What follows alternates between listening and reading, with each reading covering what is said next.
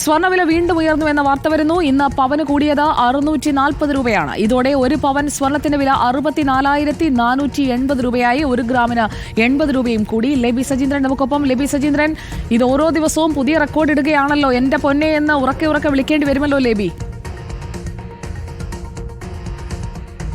തീർച്ചയായും സുജയ, എൻ്റെ പൊന്നേന്ന് തന്നെ വിളിക്കണം. കാര്യം ചരിത്രത്തിൽ ആദ്യമായി സ്വർണത്തിൻ്റെ വില 64,000 പിന്നിട്ടിരിക്കുകയാണ്.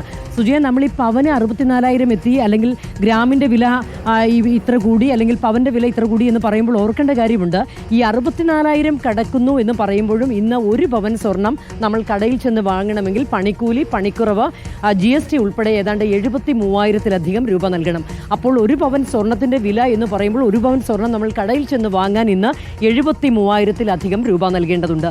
അപ്പോൾ ചരിത്രത്തിൽ ആദ്യമായി കുതിച്ചുയർന്നുകൊണ്ട് 64,000 പിന്നിട്ടിരിക്കുകയാണ് സ്വർണ്ണവില ഇന്ന് 640 രൂപ പവന് വർദ്ധിച്ച് 64,480 ഗ്രാമിന് ഇന്ന് 80 രൂപ കൂടി 8,060 രൂപയും എത്തിയിരിക്കുന്നു.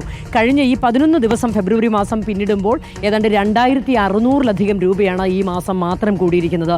ഇങ്ങനെ പോയിട്ടുണ്ടെങ്കിൽ സ്വർണ്ണവില എങ്ങോട്ടെത്തും എന്നുള്ള കാര്യം അറിയില്ല. ഏതായാലും ജനുവരി മാസം മുതൽ ഇങ്ങോട്ട് കുത്തനെ കൂടുന്നു. ജനുവരി മാസം മുതൽ ഇങ്ങോട്ട് നോക്കുകയാണെങ്കിൽ ഏതാണ്ട് 5,000-ലധികം രൂപ ഇപ്പോൾ തന്നെ കൂടിയിട്ടുണ്ട്.